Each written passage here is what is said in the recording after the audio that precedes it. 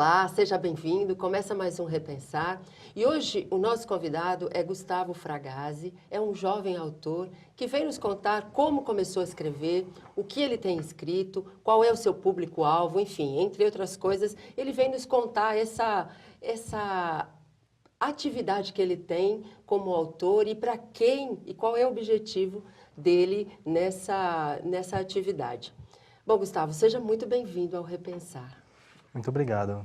Meu nome é Gustavo dos Reis Fragase, sou um assistente de crédito imobiliário que está tentando se tornar escritor. Muito bom, isso é ótimo. Você sabe que é uma coisa difícil aqui no Brasil, porque nós não temos, né, acho que o brasileiro ainda não tem, né, o hábito da leitura. Né, ainda não tomou gosto pela leitura, talvez não tenha o estímulo necessário, e eu acho que você, como jovem, está conseguindo, ou está tentando estimular, é isso? Eu sempre li desde pequeno. Né? Minha mãe sempre me incentivou a ler bastante. Certo. Mas realmente aqui no Brasil é muito difícil você encontrar uma família que incentive o jovem a ler. Né? Principalmente o tipo de leitura que eu escrevo, né? Para escritores brasileiros é muito difícil você começar, sim, porque as editoras não dão apoio. Então, mas você, desde criança, então, você tem vontade de ser escritor? Como é que você começou a escrever? O que te levou a escrever, por exemplo? Então, né? isso não. Eu tenho vários amigos escritores que eles... Nossa, tem contos de que eles tinham 9 anos de idade, né? Sim. Eu comecei a escrever, eu tinha 17 já. Já? Você é jovem, já? Né? Mas antes eu não pensava em escrever, não. Eu sempre gostei muito de ler. Certo. Sempre gostei muito de ler. Mas escrever foi a partir dos 17 e eu só decidi virar escritor quando eu tinha uns 19, 20 anos. Já estava na faculdade. Certo. Foi quando eu mudei de pensamento. Bom, e qual que é o seu objetivo nessa coisa de escrever? Você quando começou a escrever, você tinha já um objetivo definido ou não? Só porque você gosta, por conta da leitura, o que te fez, né? Qual é o objetivo mesmo? A que você quer direcionar a sua escrita, os seus livros, enfim? Então, eu tenho um objetivo, sim. Desde que eu sou pequeno, eu sempre tive meio que o sonho de mudar o mundo. Né? Ah, você é um sonhador, John Lennon, eu sou, você é fã do John Lennon.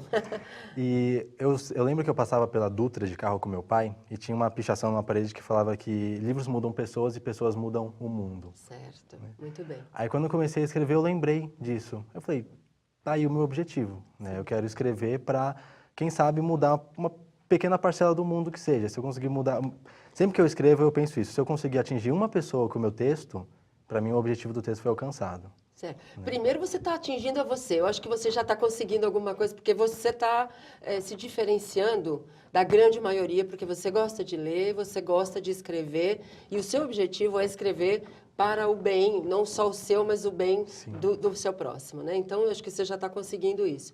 Mas é muito interessante esse seu objetivo. Realmente mudar o mundo é uma coisa difícil, mas é possível. Mas é possível. É possível. Se cada um fizer uma parte, né, você está fazendo a sua, ou pelo menos está se esforçando para fazer a sua. Né? Bom,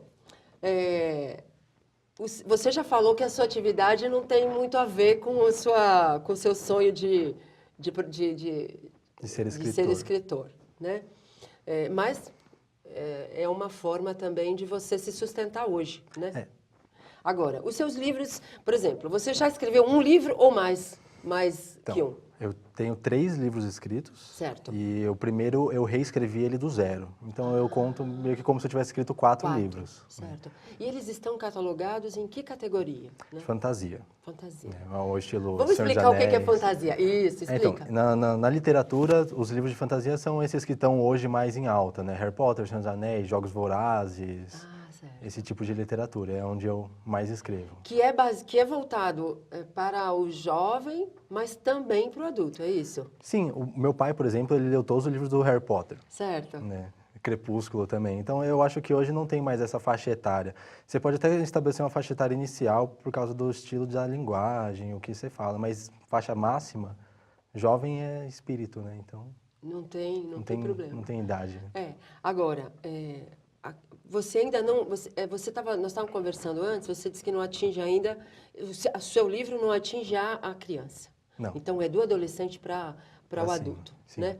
Agora, dá para você explicar o que é o tema, efetivamente, dos seus livros, né? O que você conta lá? O que você direciona para esses jovens ou para esses adultos? Então, sempre, de todos os livros que eu já li, eu sempre senti falta da religião neles, né? Sim. E os que tinham nunca foi algo voltado ao estilo do espiritismo, uma religião mais espiritualista.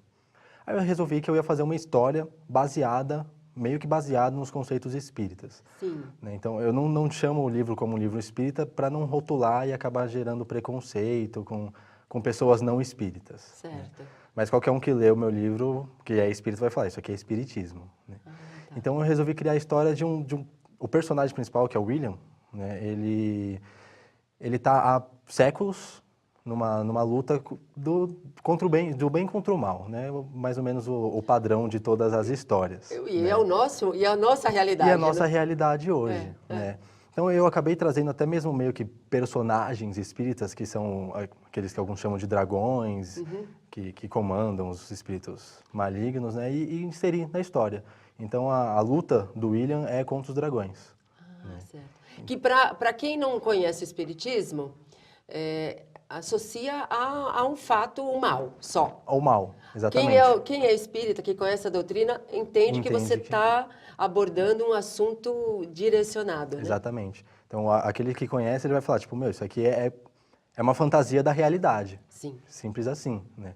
Eu apenas coloquei conceitos fantásticos, até que, não só pelo estilo da história, mas acaba se tornando uma história mais vendável, né? Você Sim, consegue... e ao mesmo tempo mais acessível às pessoas. Às pessoas. Né? Porque se ela tem um rótulo específico, alguns que não acreditam ou que não gostam, ou enfim, né, que não compactuam com esse rótulo, eles não vão querer saber. Não vão querer saber. Né? E aí você pode abranger todas as pessoas, todas as religiões, né? Porque são experiências que nós vivemos no cotidiano. Sim, porque eu já peguei alguns outros livros onde falava sobre espíritos, essas coisas, e as pessoas leem, porque é um livro de fantasia. Qual o problema de eu falar sobre um espírito num livro de fantasia? Certo. Então, qualquer religião vai ler aquilo porque é uma história. Até porque as pessoas entendem, as pessoas, mesmo que não sejam espíritas, elas entendem o que é um espírito, Sim, que existe o espírito, né?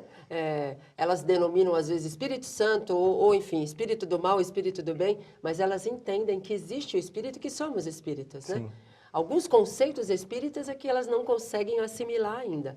Mas se eles estão embutidos na história e sem uma imposição deles, fica interessante de ler. Aí eu consigo mascarar o espiritismo na minha história e vender para as pessoas que ainda não acreditam acabarem indo assimilando aquilo aos poucos, né? Isso. É meio que eu tento atingir o subconsciente Certo. da pessoa, para ela entender aquilo de uma forma não consciente. E não invasiva, né? E não você invasiva, não invade, exatamente. Né? Aí, algum dia, sei lá, a pessoa resolve conhecer o espiritismo, ela já está mais aberta por causa que ela absorveu os conceitos do meu livro. Muito bom. Nós vamos continuar falando daqui a pouco, Gustavo. Nós vamos a um breve intervalo e já voltamos falando um pouquinho mais sobre esse jovem autor. Até já.